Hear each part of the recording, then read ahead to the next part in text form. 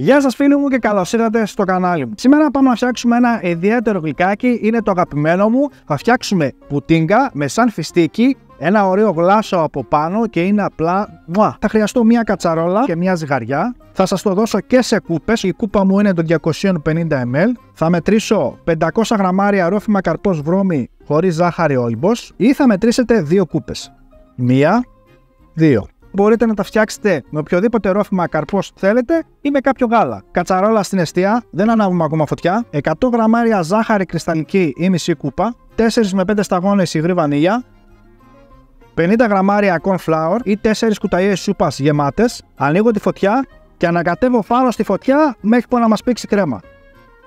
Σε αυτό το σημείο έχει πήξει κρέμα, θα κλείσω τη φωτιά και θα αποσύρω. Θα ρίξω 50 γραμμάρια βούτυρο αγελάδος όλυμπος ή 2 κουταλιές σούπας. Και συνεχίζω το ανακάτεμα. Έχει λιώσει το βούτυρο και με γρήγορες κινήσεις, όσο είναι ζεστή η κρέμα, θα τη μοιράσω σε 3 ποτηράκια. Χτυπάμε πάρα πολύ καλά για να ισιώσει η επιφάνεια από πάνω. Αφού τα έχουμε βάλει στα ποτηράκια, θα τα αφήσουμε να κρυώσουν πάρα πολύ καλά για να τα ξεφορμάρουμε. Και φυσικά τώρα, ό,τι έχει απομένει στην κατσαρόλα, δεν χάνουμε ευκαιρία. Απλά την τρώμε.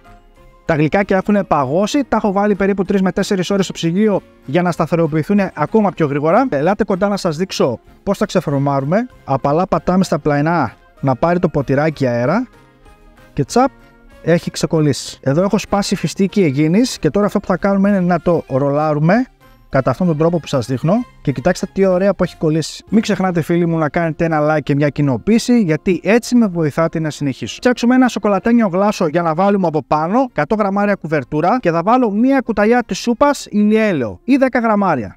Θα το σκεπάσω με μια μεμβράνη και θα το λιώσω στα μικροκύματα για περίπου 1 λεπτό. Φυσικά εσείς μπορεί να λιώσετε την κουβερτούρα σε ένα μπερμαρί. Αυτό που θα κάνω τώρα είναι να γλασάρω προσεκτικά από πάνω με κυκλικές κινήσεις ώστε να απλωθεί σωστά η σοκολάτα.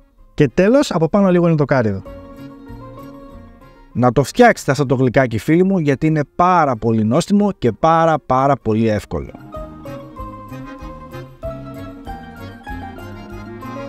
Άλλη μια συνταγή φίλοι μου έχει τελειώσει, κάντε ένα like και μια κοινοποίηση γιατί έτσι με βοηθάτε να συνεχίσω.